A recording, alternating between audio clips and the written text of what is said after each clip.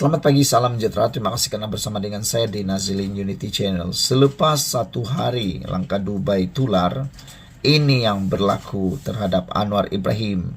Anwar Ibrahim kata langkah Dubai tak beri kesan kepada kerajaan. Jadi bagi mereka yang mahu memulakan, yang merancang atau yang terlibat secara tidak langsung atau langsung dalam langkah Dubai ini, bolehlah kita kata padan muka. Kenapa? Kerana apapun yang mereka lakukan, seperti yang dikatakan oleh Anwar Ibrahim, ia tak akan beri kesan kepada kerajaan. Juga telah dinyatakan oleh Ahmad Maslan, kalau 30 orang ahli parlimen bersekongkol mengkhianati Anwar Ibrahim, mengalihkan sokongan pun, kerajaan masih lagi di bawah kepimpinan Anwar Ibrahim dan tidak akan tumbang. Jadi bagaimana di mana celahnya Anwar Ibrahim akan berjaya ditumbangkan? Gerakan mahu menjatuhkan kerajaan digelar langkah Dubai seperti dilaporkan beberapa hari lalu didakwa tidak memberi kesan kepada pentadbiran kerajaan perpaduan, kata Datuk Seri Anwar Ibrahim.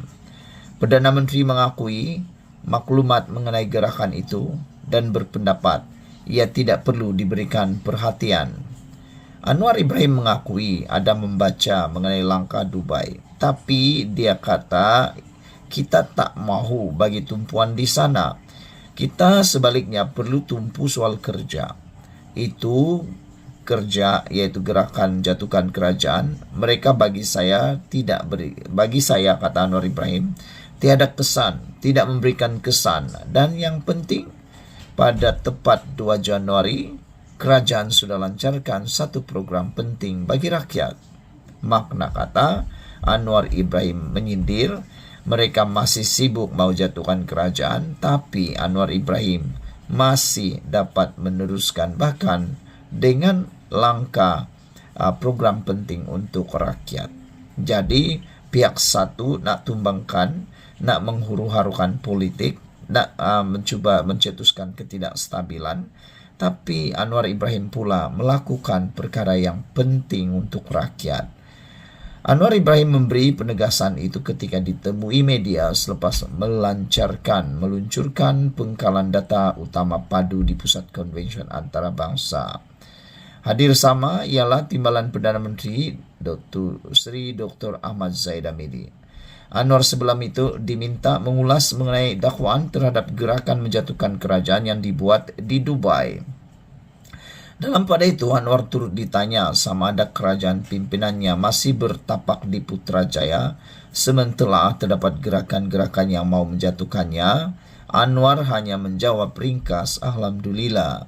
Sabtu lalu, Timbalan Ketua Pengarah Jabatan Komunikasi Komuniti JKOM mendakwa ada rancangan sulit digerakkan sesetengah pihak untuk mahu menjatuhkan kerajaan pimpinan Anwar Ibrahim. Saudara-saudara sekalian, awal pagi hari ini juga Ahmad Zahid Hamidi mengesahkan memang wujud gerakan digelar langkah Dubai bagi menjatuhkan kerajaan. Namun, Ahmad Zahid mendakwa gerakan berkenaan bukan sahaja didelangi pemimpin dari parti pembangkang, bahkan turut disertai individu tertentu dari blok kerajaan. Walau bagaimanapun, Zahid Hamidi enggan mendedahkan senarai pengkhianat tersebut. Dipetik dari Malaysia Gazette. Sekian dulu untuk kali ini. Jangan lupa tinggalkan komen anda, tekan butang subscribe. Malaysia kita punya, kita jaga sama-sama, cintai Malaysiaku. Bye-bye. Selamat pagi, salam sejahtera. Terima kasih karena bersama dengan saya di Nazilin Unity Channel. Ini pendedahan dan tangkapan paling mengejutkan Malaysia. Rupa-rupanya ada Raja Dadah Malaysia. Tapi yang menariknya, Raja Dadah Malaysia ini tidak pernah ditahan di Malaysia. Tetapi sebaliknya, berjaya pula ditahan di Laos. Ini satu pencapaian luar biasa untuk negara Malaysia. Seorang warga Malaysia yang dikehendaki di Thailand kerana aktiviti penyeludupan dadah ditahan dalam operasi bersama Thailand Laos minggu lepas. Warga Malaysia berusia 39 tahun itu didakwa Raja Dadah dan anggota penting sindiket dikatakan bersembunyi di Laos menurut polis Thailand. Penolong Ketua Polis Negara POL LT General Panurat Lakbun berkata, lembaga kawalan narkotik telah melakukan siasatan terhadap lelaki itu yang disyaki sebagai dalang utama dalam membekal dan menyelaras aktiviti dadah di kawasan segitiga emas sejak 2006. Panurat berkata lelaki itu ditahan di Laos pada 29 Disember. Suspek terlibat dengan rangkaian dadah di seluruh Thailand, Malaysia, China, Singapura dan Laos. Dia juga menggunakan Thailand untuk aktiviti pengubahan wang haram dan sebagai tempat transit penyeludupan dadah ke negara ketiga seperti Malaysia, Taiwan dan Australia. Penahanan itu adalah hasil siasatan berterusan dan bekerjasama rapat antara agensi penguatkuasaan Thailand, Malaysia dan Laos, katanya dalam satu kenyataan. Pasukan penyiasat mengenal pasti lelaki itu sebagai suspek utama di sebalik rampasan dedah pada Jun tahun lalu. Rampasan membabitkan 998 kg methamphetamine kristal dan penahanan 7 suspek di wilayah Ratchaburi, kata Panurat. Waran tangkap kemudiannya dikeluarkan terhadap suspek pada Ogos tahun yang sama. Pihak berkuasa Thailand kemudian merampas aset warga Malaysia itu termasuk sebidang tanah dengan bangunan, 2 kondominium, 3 kapal layar, 2 kereta, 3 motosikal, senjata api, wang tunai dan barangan berharga lain di seluruh Bangkok, Trat, Chiang Rai dan Chonburi.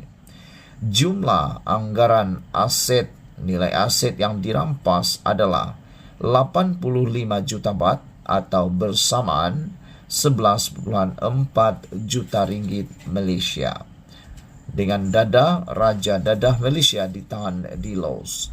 Sebelum kita berpisah, kita ingin ucapkan tahniah syabas kepada PDRM Malaysia dengan kerjasama pihak berkuasa Thailand dan Laos atas kejayaan mereka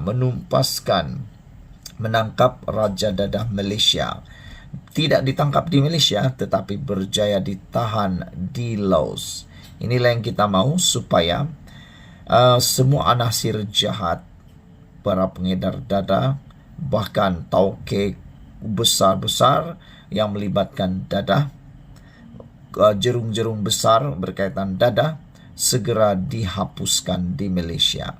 Sekian dulu untuk kali ini. Jangan lupa tinggalkan komen Anda, tekan butang subscribe. Malaysia kita punya, kita juga sama-sama cintai Malaysiaku. Bye-bye. Selamat pagi, salam sejahtera. Terima kasih karena bersama dengan saya di Nazilin Unity Channel.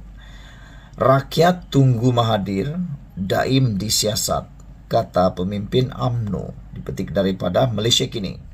Dengan keadaan seperti ini, kelihatan Tun Daim dan juga Tun Mahathir makin tersepit dan makin terdesak. Karena sejak isu berkaitan Daim Zainuddin digembar-gemburkan di media sosial dan di mana-mana media, maka rakyat mula mengambil perhatian. Rakyat mula mengambil mahu tahu apa sebenarnya yang berlaku dan berapa sebenarnya kebenaran daripada yang mereka dengar. Oleh sebab itulah, memang seperti yang dikatakan oleh pemimpin UMNO, rakyat sebenarnya tunggu Mahathir dan Daim disiasat. Sama ada mereka bersalah atau tidak, itu belakang cerita, kata rakyat jelata atau netizen dalam ruangan komen. Lagi pula, sekiranya siasatan sudah selesai dibuat dan didapati tidak ada kesalahan, tidak ada salah laku di dalam siasatan tersebut, maka ia secara otomatik dapat membantu sebenarnya membersihkan sepenuhnya nama Tun Mahathir dan Tun Daim. Pemimpin UMNO mendakwa rakyat sememangnya menunggu SPRM menyiasat bekas Perdana Menteri Datuk Dr. Mahathir Mohamad, Tun Dr. Mahathir Mohamad dan bekas Menteri Kewangan Tun Daim Zainuddin. Ahli Majlis Kerja Tertinggi UMNO MKT UMNO Muhammad Puan Zarkasi berkata, perkara itu tidak pelik kerana bekas Perdana Menteri Najib Razak pernah melaluinya sebelum ini. Rakyat memang tunggu giliran Tun Mahathir Mohamad dan Tun Daim Zainuddin disiasat. Dia kena terima hakikat. Dia tidak kebal. Biar SPRM siasat. Kekayaan Daim bocor bila viral kertas Pandora. SPRM kata siasatan terhadap Tun Daim berdasarkan kertas Pandora. Baru rakyat tahu dua anak Daim memiliki syarikat BVI, British Virgin Island, ketika berumur 9 dan 12 tahun. Banyak misteri mengenai kekayaan Daim. Apakah kandungan Pandora Papers itu benar? Biar SPRM siasat. Kita pun hairan. Kenapa Daim tidak tersenarai 50 orang terkaya dalam Forbes Malaysia? Apa rahsianya? Soal Muhammad Puan dalam satu hantaran di Facebook. Sebelum ini, SPRM menegaskan siasatan terhadap Daim dijalankan sejak Februari lalu, susulan maklumat daripada kertas Pandora yang didedahkan sebelum ini. Kertas Pandora merujuk kepada berjuta-juta dokumen bocor yang didedahkan kepada umum pada tahun 2021 yang didakwa mendedahkan akaun luar pesisir pemimpin masa kini dan masa lalu dari seluruh dunia termasuk Presiden, Perdana Menteri, jutawan dan ahli perniagaan terkemuka. SPRM dalam kenyataan berkata, satu notis di bawah Seksyen 36 dalam kurungan 1 kurungan E, Akta Suruhanjaya Pencegahan Rasuah Malaysia SPRM diserahkan kepada Daim pada 7 Jun lalu yang menghendaki beliau supaya mengisytiharkan segala aset miliknya. Jelas kenyataan itu, aset terbabit sama ada di dalam atau di luar negara secara bertulis dan akaun bersumpah. Akuan bersumpah dalam tempoh 30 hari dari tarikh notis yang diberikan. Bagaimanapun, Daim yang juga bekas Menteri Kewangan menafikan beliau dan keluarganya terbabit dalam rasuah atau sebalang salah laku. Sebaliknya, mendakwa siasatan terhadapnya bermotifkan politik. Katanya, sehingga kini beliau tidak dimaklumkan mengenai kesalahan yang dilakukannya, walaupun sudah berkali-kali mengajukan perkara itu kepada SPRM. Kalau betul Tun Daim akan disiasat, direman dan didakwa, ia akan jadi tajuk besar untuk 2024. Tidak pelik pun, Najib bekas Perdana Menteri sudah melalui pengalaman itu. Rumah diserbu, akaun disita, satu malam ditahan di pejabat SPRM, didakwa, dibicarakan dan akhirnya dipenjara. Muhyiddin Yassin tidak lama lagi akan dibicara, tambah Muhammad Puan Zarkasi. Sekian dulu untuk kali ini. Jangan lupa tinggalkan komen Anda seperti komen-komen di dalam ruangan Malaysia kini ini. Kata Yellow Kiwi, bukan setakat menunggu, malah ramai rakyat Malaysia bakal membotakkan kepala kalau suspek ini disiasat, kata mereka. SPRM, sila jalankan tugas anda secara berkesan, jangan lengah lagi, kata beliau. Ada beberapa lagi berikan komen yang kamu boleh baca dalam ruangan Malaysia kini. Sekian dulu untuk kali ini. Jangan lupa tinggalkan komen anda, tekan butang subscribe. Kita jumpa lagi. Bye-bye.